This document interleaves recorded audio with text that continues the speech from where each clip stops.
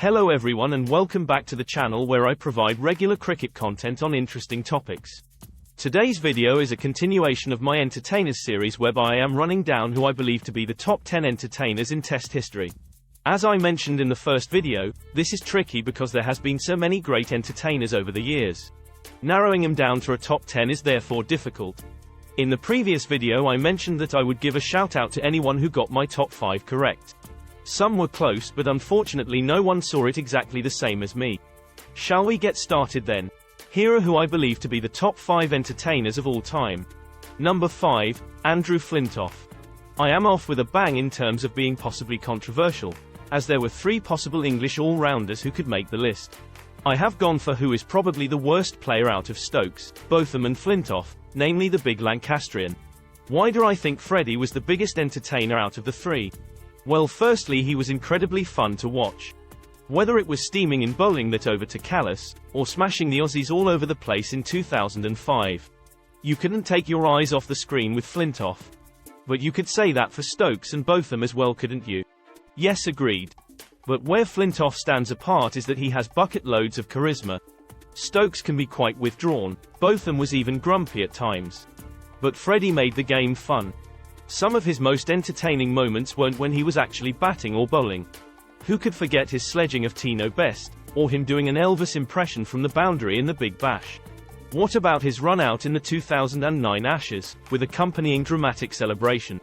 Or him showing his compassionate side consoling Brett Lee immediately after an agonizing 2-run defeat at Edgbaston? What about his crazy celebration with his shirt off against India in 2002? Those tales are just scratching the surface of what made Freddie so entertaining to watch. This was all while having a 6-to-game ratio higher than Gale, Richards, McCullum and Gilchrist. To me, Freddie wasn't the best cricketer in the world, often he wasn't even the best in the side. But he provided entertainment by the bucket load, and I believe he is a worthy number 5. Number 4, Virender Sehwag. Over to India now for my number 4, and an opener who changed the rulebook of how you should play at the top of an innings. Sehwag was part of that special batting lineup of the Indians in the 2000s, where it was superstar after superstar. But in terms of entertainment factor, he is up there with the greats. Shall I hit you with some stats? In Test cricket, opening the batting, the Indian destroyer hit 91 sixes and had a boundary ratio of 64%. His strike rate was a frankly staggering 82, which is the highest in the history of the game for those who have scored 3,000 runs or more. So without stating the obvious, that's better than Gilchrist, Flintoff and every other big hitter you can think of. Again, whilst opening the batting. To put into context, Graham Smith's strike rate was 59.6, Matthew Hayden's was 60. I remember every time Sehwag walked to the crease there was an air of anticipation. He scored so quickly he could rack up huge scores at breakneck speeds.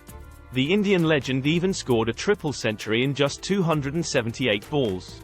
If that's not entertainment, I don't know what is. Number 3, Shahid Afridi. Blessed with one of the most suitable nicknames in the game, Boom Boom's Test career was a rollercoaster from start to finish. A player perhaps made perfectly for the shorter formats, he still had a very healthy stint in the Test arena. It was his compulsion to entertain, however, which was both his gift and ultimate downfall. In the overwhelming majority of his jaunts to the crease, he just was compelled to play his shots. If it was short, he would slash hard over point and gully.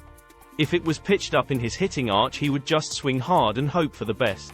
I may have been slightly manipulative with my write-up on Sehwag, as Afridi fell outside of my threshold on runs required for their strike rate stats.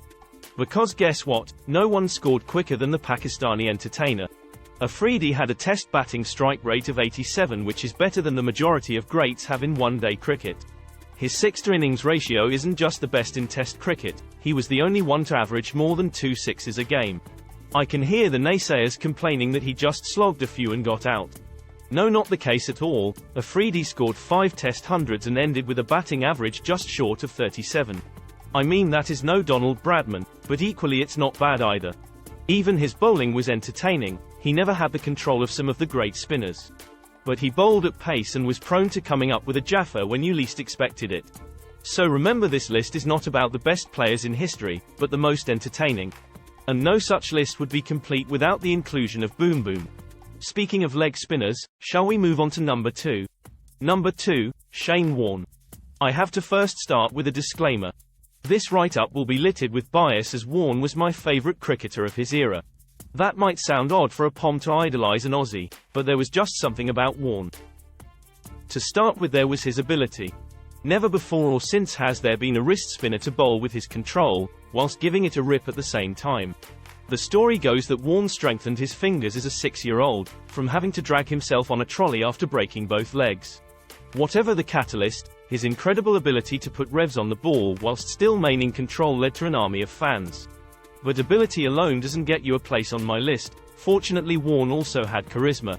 Every spell of bowling was an event. From his playful sledging of batsmen to his deliberate delays at the start of his run-up. It was all a show and the game was better for it.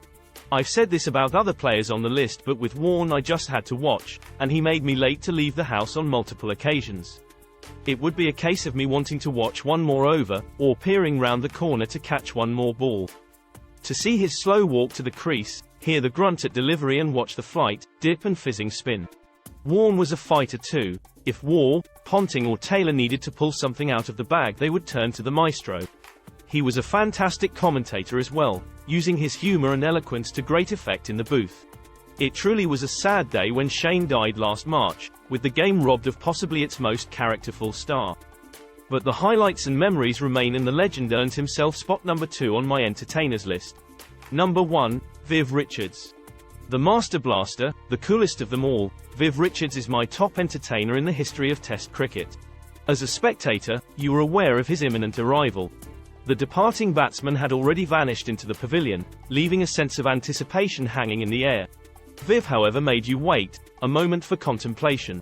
Then he would emerge, strolling casually, exuding confidence with his arms swinging gracefully.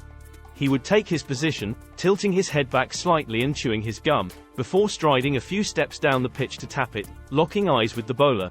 It was a deliberate display of intimidation and a captivating spectacle, showcased by arguably the most destructive batsman in the history of the sport.